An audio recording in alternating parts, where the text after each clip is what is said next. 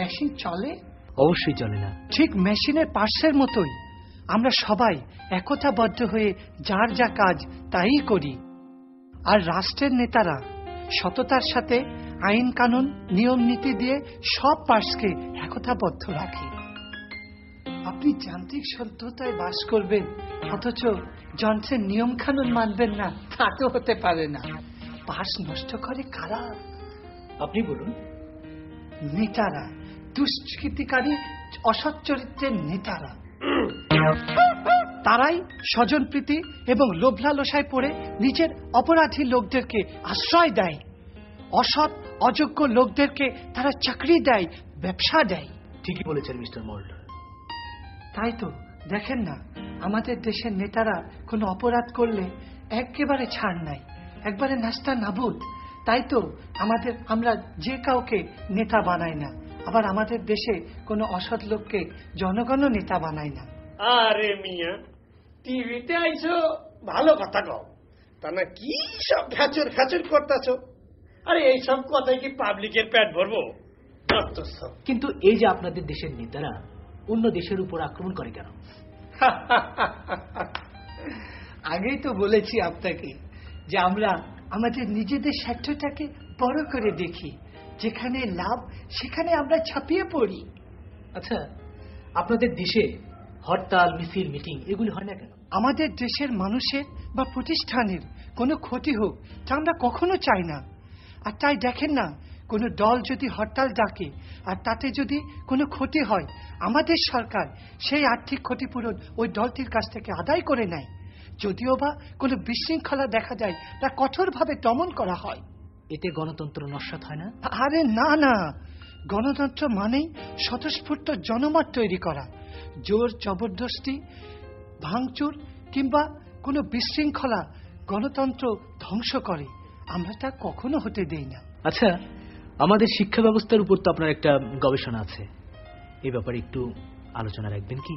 আসলে একটি জাতির বিশ্বাস এবং চিন্তা চেতনা যেভাবে প্রতিষ্ঠিত, যদি রাষ্ট্রীয় নীতি তার বিপরীত দিকে হয় তাহলে মানুষ সে বিশ্বাস অনুযায়ী চলতে পারে না, আবার রাষ্ট্রীয় নীতিও সে সঠিকভাবে পালন করতে পারে না। এতে করে সে রাষ্ট্রের মানুষ হয় পরিশ্রম বিমুখ, অনেক সময় তারা বিপদগামীও হতে পারে। যেমন আমাদের দেশে শিক্ষা ব্যবস্থা যেভাবে তৈরি করা হয়েছে তা আমাদের দেশের জনগণের বিশ্বাস আর চিন্তা চেতনার উপাদানগুলিকে শক্তিশালী করে।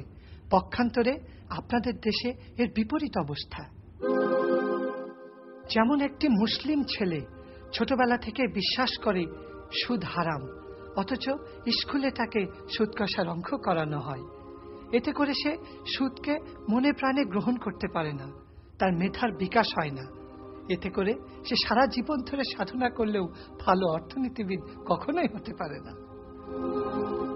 কিন্তু যদি তাকে তার বিশ্বাস অনুযায়ী ছোটবেলা থেকেই জাকাত, ওশর, খারাজ এবং ইসলামী অর্থনীতি সংক্রান্ত সব লেখাপড়া শেখানো হতো বা তাকে গবেষণা করানো হতো, তাহলে সে একদিন বিখ্যাত অর্থনীতিবিদ হতে পারবে, এ ব্যাপারে কোনো সন্দেহ নাই।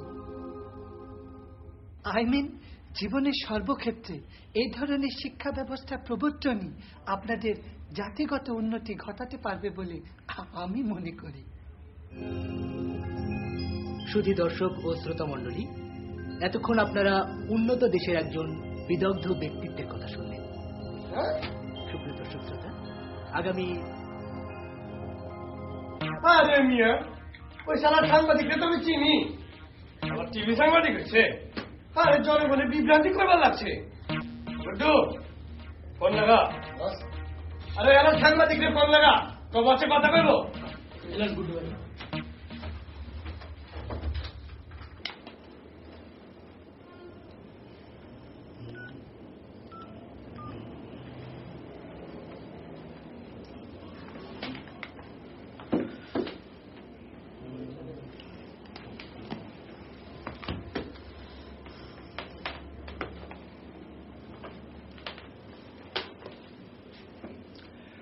খালেদ হোসেন ভাই রেডি?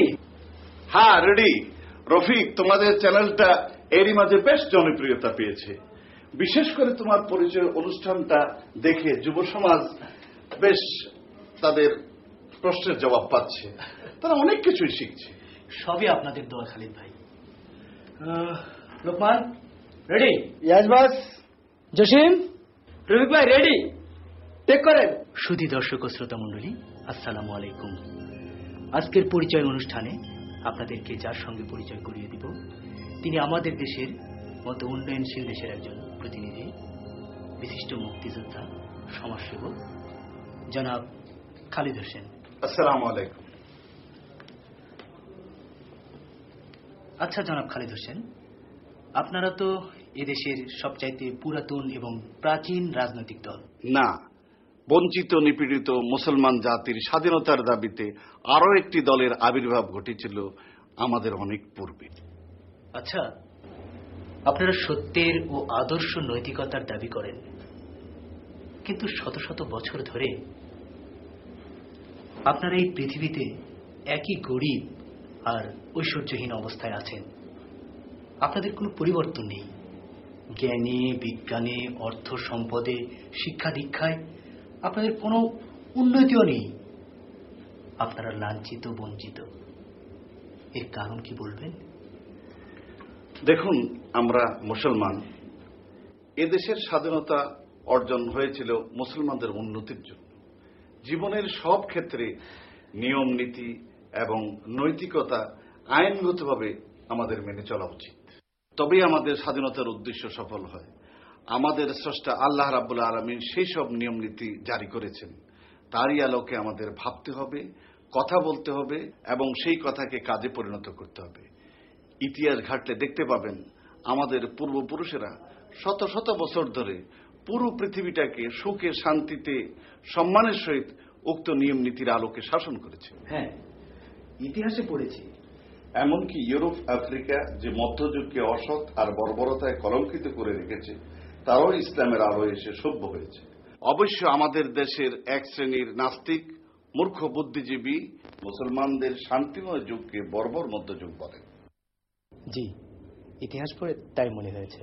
তাহলে বুঝুন, শত শত বছর ধরে ইসলামী শাসনের আলোকে জীবনযাপনকারী মুসলমানরা পলাশীর বিশ্বাসঘাতকতার কারণে পরাজিত হল। তারপর থেকে যত নেতা এসেছে, সবাই নিজেদের মন গড়া আইন কানুন ও বিদেশ থেকে ধার করা আইন কানুন মুসলমানদের উপরে চাপিয়ে দিয়েছে। সেই সব নেতারাই ইসলামী জ্ঞান থেকে মুসলমানদের বঞ্চিত করেছে।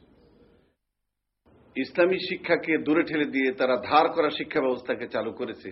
এতে কি মুসলমানরা উন্নতি করতে পারে? উন্নতির জন্য অবশ্যই মানসিক ভাবনার সঙ্গে সঙ্গতিপূর্ণ শিক্ষা চাই। ধরুন, একজনের এক পায়ে জাপানি জুতা, অন্য পায়ে আমেরিকান জুতা, জামার এক হাতা ভারতীয় কাপড়ের, অন্য হাতা ইংল্যান্ডের কাপড়ের, প্যান্টের অবস্থাও ঠিক তদ্রুপ। আপনি বলুন, লোকটাকে দেখতে কেমন লাগবে? জোকার জোকার মনে হবে। মুসলমানরা আসলে স্বকীয়তা হারিয়ে জোকারি হয়ে আছে। যা ভাবে তা করে না, নিজেদের সাথে নিজেরা প্রতারণা করে। পৃথিবীতে যারা ধনী, তাদের পিছনে তারা দৌড়ায়। আজ যেমন সবাই মিলে আমেরিকান এবং ব্রিটিশ হতে চাচ্ছে, কাল যদি নিগ্রোরা ধনী হয়, তাহলে আমাদের দেশের নেতারা তাদের অনুসারীদের নিয়ে মুখে গায়ে কালি দিয়ে নিগ্রো সাজবে। এই তো আমরা আত্মমর্যাদাহীন জাতিতে পরিণত হয়েছি।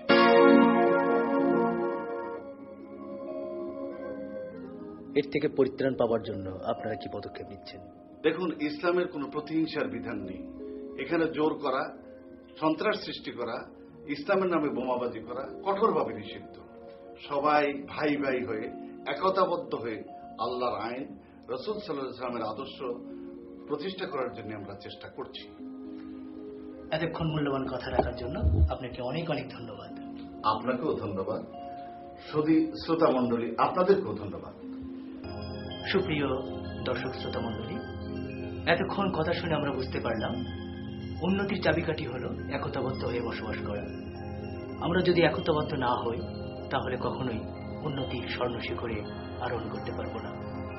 আগামী অনুষ্ঠান দেখার আমন্ত্রণ জানিয়ে আজকের মতো পরিচয় অনুষ্ঠান এখানেই শেষ করছি। আল্লাহ হাফেজ।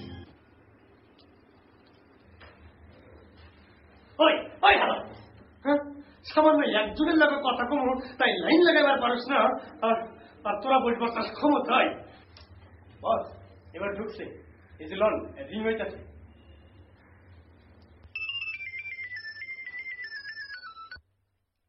আসসালামু